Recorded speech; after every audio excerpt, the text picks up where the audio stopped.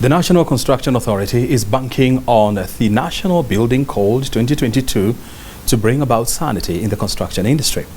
Mind you, the one code that we are operating under was crafted back in 1968.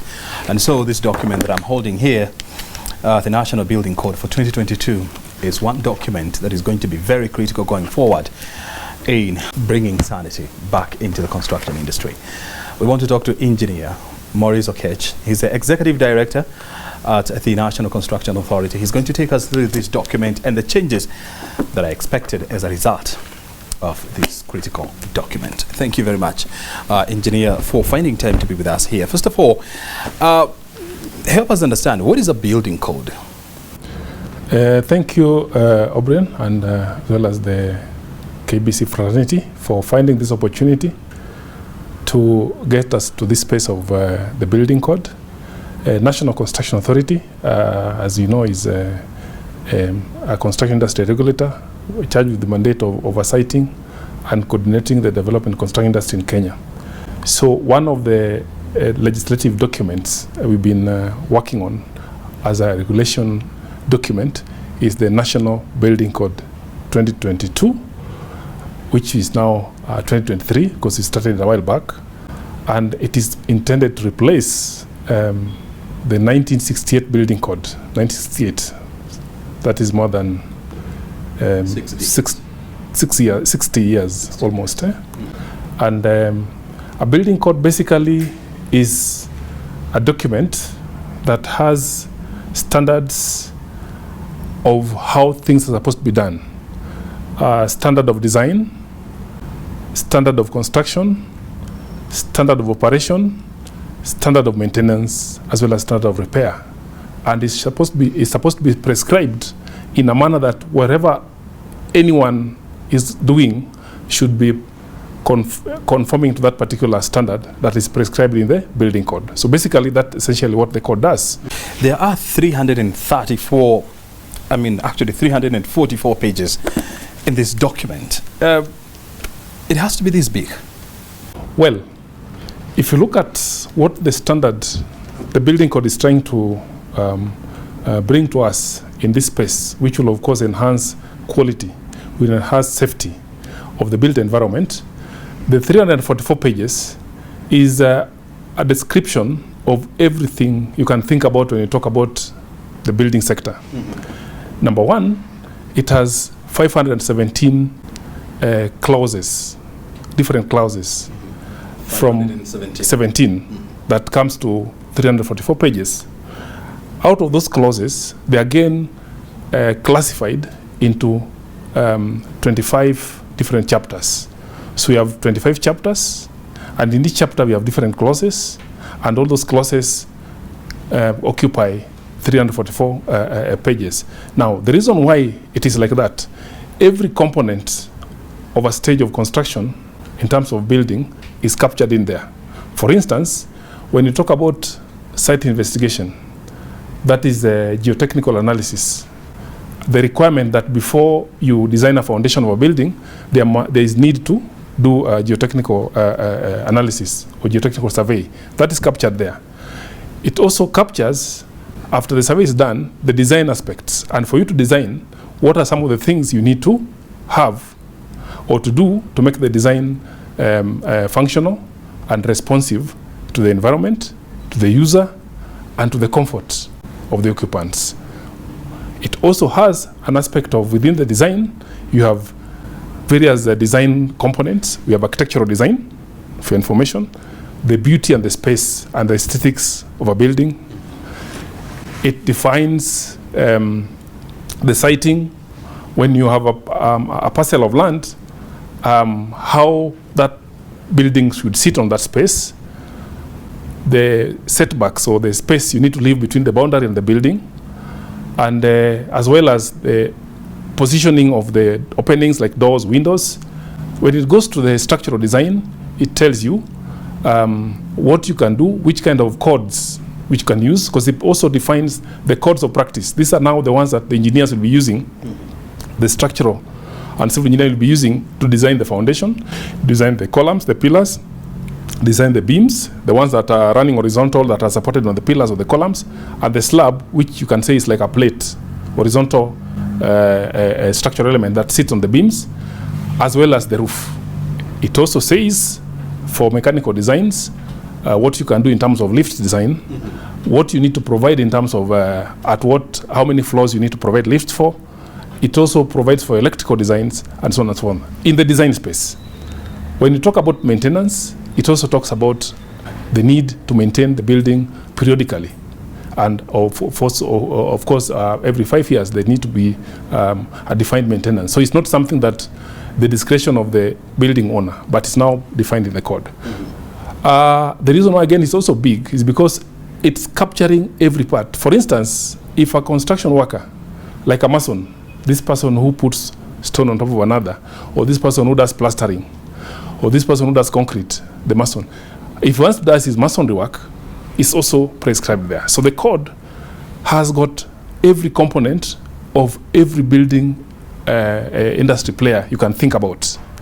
Yeah. Is this document going to solve all our building problems? Well, if you look at this code, the proposed building code 2022, which we have rebranded the building code 2023, it addresses all the challenges that are currently bedeviling the industry. The 1968 building code that is currently in existence, that will be repealed by this particular code once approved by the National Assembly and the Senate, and it takes legal effect, is very prescriptive. The 1968 building code is very prescriptive. It is very limiting to the extent, if you are to build a wall, a normal building, because every building has a wall, for instance, it prescribes what that wall should be made of. It should be a stone of this thickness. The new building code has moved away from prescriptive nature of defining how things are done, and is performance-based. For instance, it indicates for you to build a wall, it must meet certain requirements, not what it must be built of. Meaning that it gives opportunity for innovation, it gives opportunity for creativity, and it gives opportunity for people in the building sector, like manufacturers, to manufacture anything that can fit into the space of doing construction. And it will also give opportunity for affordable housing, if I may say so. Because if you look at the old building code 1968, the prescriptive nature part of it, if somebody was to come with a new material, it's actually limited in terms of how you can use the code to allow it to be used in that space. But the new building code will just say, you can use this material, tell us whether it can meet these requirements, like fire rating, strength, durability, and so on and so forth. So as long as the material meets the standards, exactly, then it's applicable. And that's very good. The other thing that this code has also embraced, we are moving to the issue of climate change. In 1968, the conversation on climate change may not have been there at that time. So now what are we saying about this new code? It is now talking about green construction, sustainability. That the materials that are coming, the construction standards that are coming, the methodologies and the technologies must be green and must be sustainable. This addresses climate change, which is not in the old code. The other issue is universal access.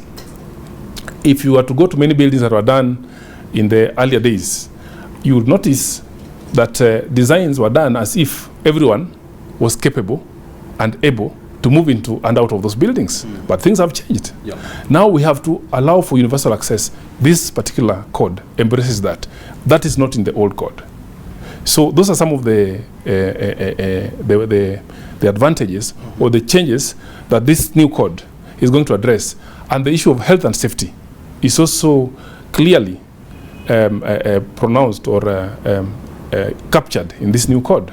And I like the fact that you're saying that no building developed or constructed under this code will be defective. But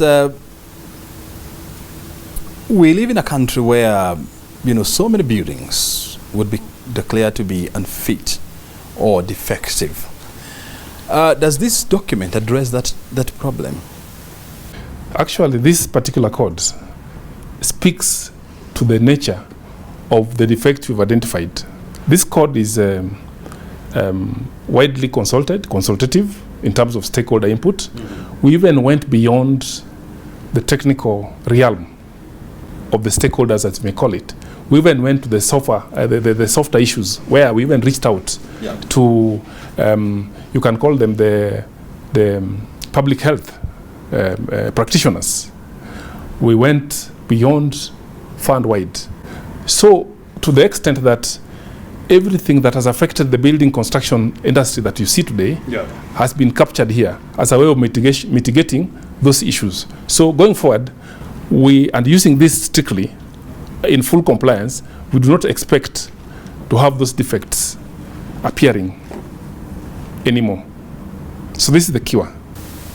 Does this document develop or comes up with solutions on how the current building crisis in this country can be addressed? 6 things are captured there to answer your question. Number 1, we have the aspects of standards of design, construction, operation, inspection, maintenance, as well as as far as construction of buildings is concerned. We have standards of building materials, products, as well as systems, and the building services. Building services are things to do with the mechanical and electrical issues within the building. We have infrastructure services. What am I saying there? It means the infrastructure associated with the construction of a building. For example, plumbing and drainage, electrical works, telecommunication infrastructure. It captures to the extent that if you're doing a building, you should ensure that you have made provision for access by telecom operators to provide telecommunication services within the building. It also speaks to the standard for disaster management at construction site. That is not in the current code. And it also speaks to the standards of safety and security of the users and occupants of the building. That is what is going to address the issues that we're currently seeing that are not in the old code. You see, when you talk about a building code that was developed back in 1968, why has it taken us more than 6 decades, to develop a building code? And at the end of the day, it's just a document. The question is very valid, that why has it taken too long to review the 1968 building code? And I wanted to bring this with the context or the background of where or what has happened over the years. So the building code 968 was domiciled under the Local Governments, Local Authorities Act, which was repealed in 2012 or 2010 with the coming of the new constitution. Then when the new Counties Government Act came into being in 2012, this particular code 968 lost a home. So it's not anchored in any legislation. So fast forward, there have been several attempts to revise the code. And for your information, the proposal to review the code was made way back in 1996. 1996, when a collapse occurred in Nairobi, and a commission was set up. Yes, was set up by the president, Presidential Commission, to look at investigate the causes of that collapse and come with recommendations. One of the key recommendations that came out of that report was that there was need to review the building code. So it started, the journey started in earnest. But it was until in 2020 when a review of the National Construction Authority Act 2011 was made to introduce the development and enforcement of the building code, so that the building code found a home under the review of the NCA Act. And when the NCA Act was reviewed, it was under the Business Laws Amendment, which normally is an omnibus for making amendments of many legislative documents or acts of parliament. So it's after 2020, March, to be exact, 18th March 2020, when the parliament approved the amendment of the NCA Act to entrench the development and enforcement of the building code. That's when now we started working on this, and it's been around 2-3 years that have been working on this particular document, and this is how far we have gone. We have widely consulted, as I indicated. We've consulted the county government, we have consulted all the built professionals, as well as outside the built environment professionals, to just ensure that we encompass everything, because building code is going to interact with the users, not just the people who are doing construction, even the normal user, day-to-day user, including children, adults, and even old age, and even people living with disability. Yes. You see, we've been operating under a document that was crafted back in 1968, and so much water has passed under the bridge. You know, these new technology, there are new requirements. People have changed, you know, in terms of knowledge and so much. How has an outdated document contributed to the sorry state of construction industry in Kenya? Well, what I can say is that it has actually slowed down in terms of the pace of moving the way we would want to move. For instance, if new materials come into place, if new technologies come into place, if new way of doing things come into place, we are stuck with what we have, because we have to do things within a legal framework.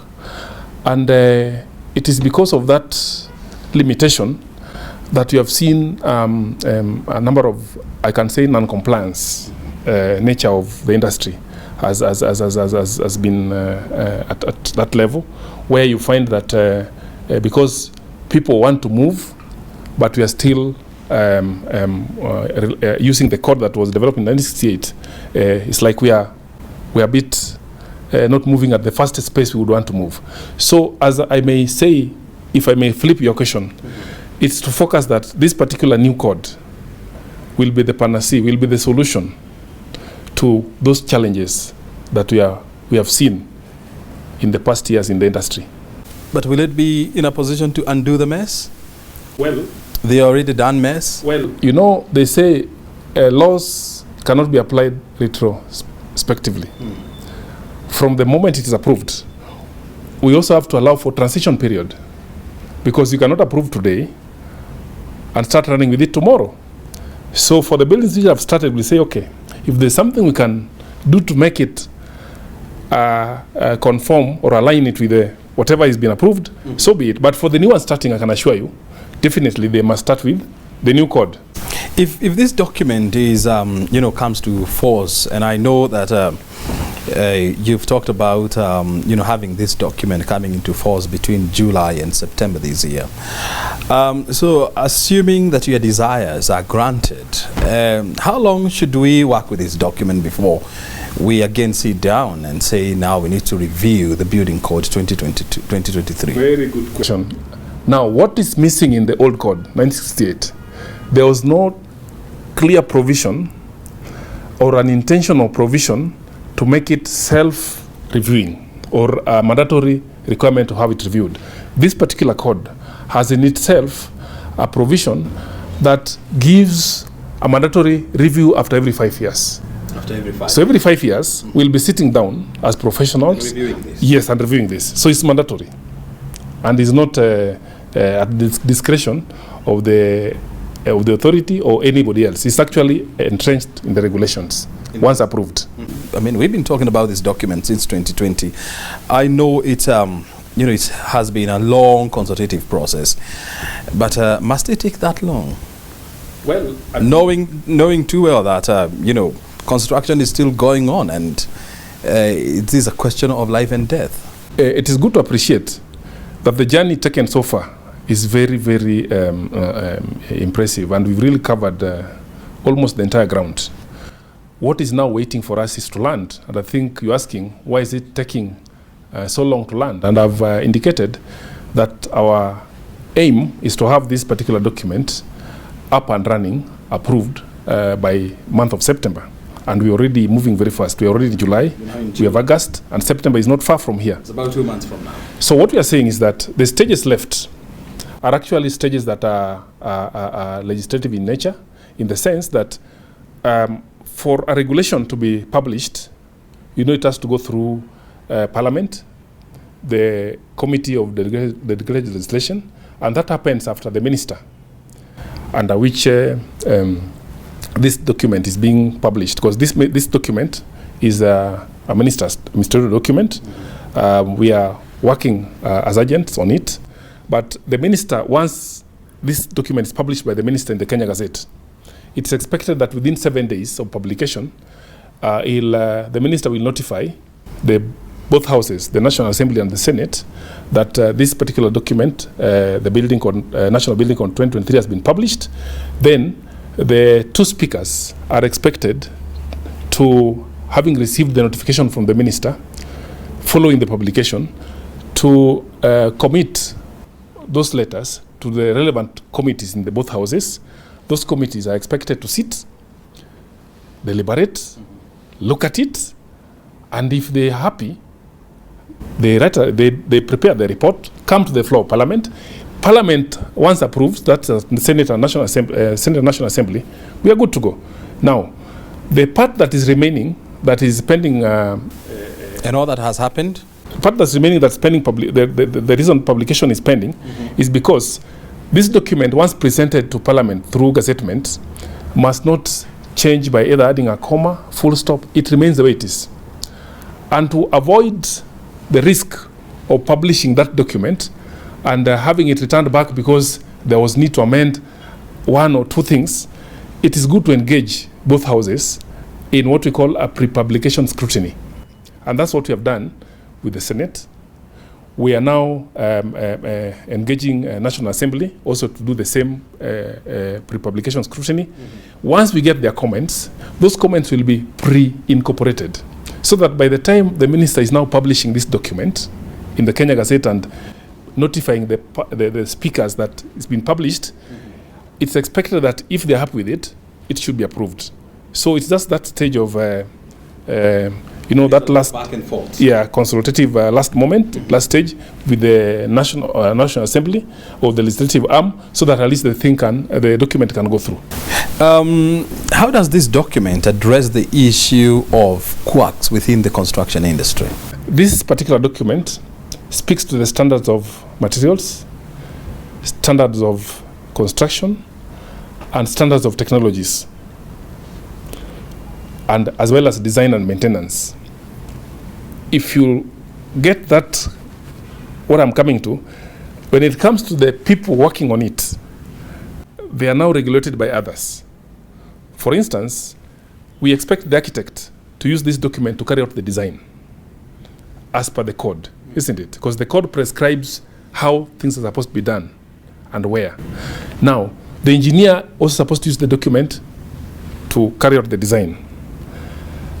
The contractor is supposed to use the document to implement as per the code prescribes, using the artisan, the fundi.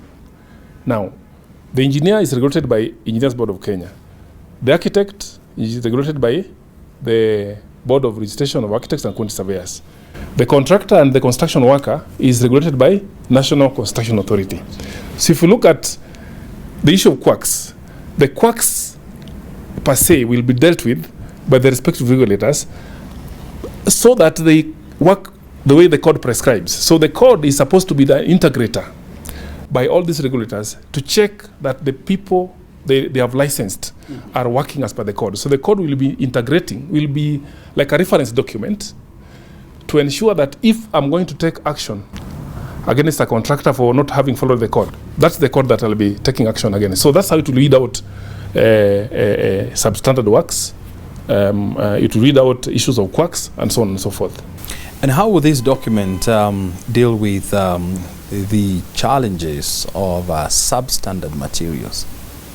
Yes, very good. So there are chapters dedicated to materials themselves. Of course, there's also a reference to other bodies that are relevant to regulating the materials space. Like, for instance, you'll find the Kenya Bureau of Standards mentioned there, and the issue of materials mentioned there.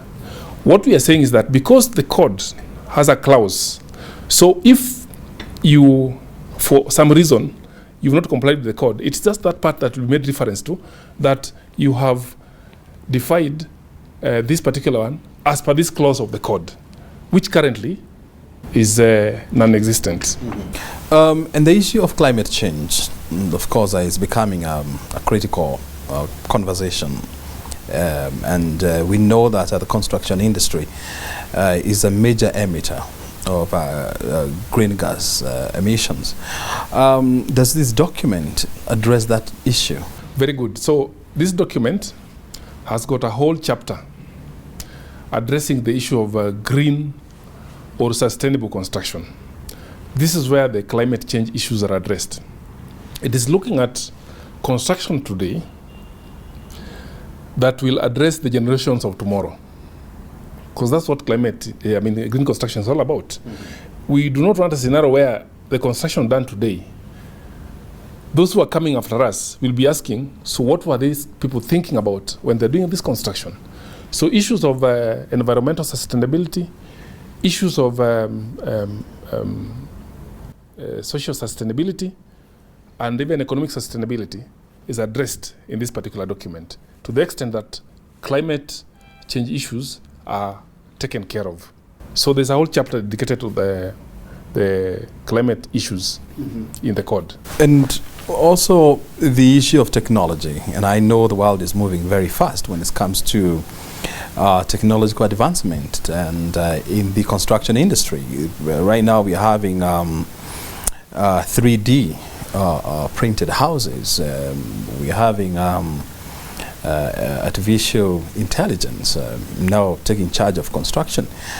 How does it address the question of technology? Well, I want to confirm that to that extent, the code is very dynamic.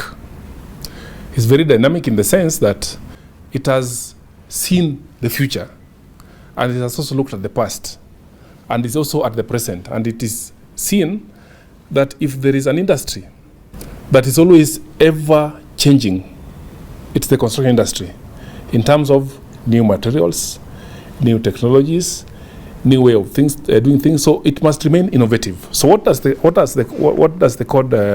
code provide for that particular dynamism? One, it gives what we call performance-based requirements. If you are going to invent a material that's going to meet certain specific requirements, that material will pass the test of the code. If you're going to come with a technology that is going to meet certain performance requirements, is that what the code has actually given space to? It's unlike in the past, in the code that is meant to be repealed by this, 1968, which is very prescriptive in nature. It says what that technology must be. It says what that material must be, which means if you are to come up with a new material, then it cannot fit in the space of the code. But this one has given space for every new innovations as long as it meets what we call performance requirements, which means the inventor, the manufacturer of new material or new technology must say what they expect this new technology, this new material to do, and it will be checked against what performance requirement is required by the code.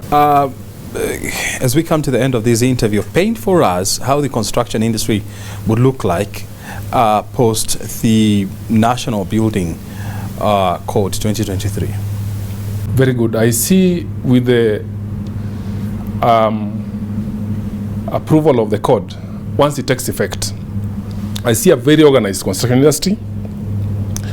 I see a very industry with a lot of order in terms of having standards, framework.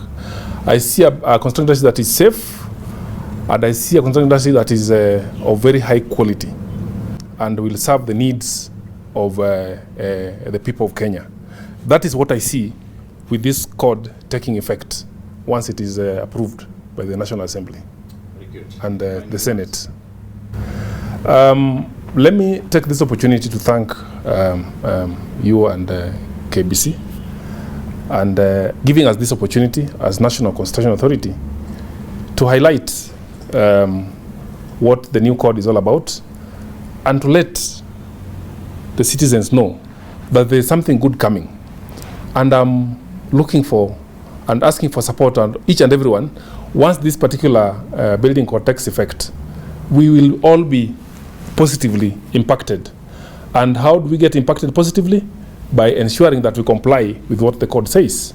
Of course, we expect once it takes effect, we'll still reach out to the stakeholders and sensitize, create awareness, and have the code have a seamless implementation as we move into the space of the new code. Thank you. Very good. Thank you, Asante Sana, for joining us, and of course for enumerating the content of this document. Well, Maurice Akech is Executive Director of the National Construction Authority, taking us through the content of the National Construction Building Code, or the National Building Code 2023, which is undergoing stakeholders' engagement before it is ratified, and now it becomes our new regulation. According to him, this is going to bring about the much-needed sanity in the construction industry. We'll be watching keenly to see where this conversation goes.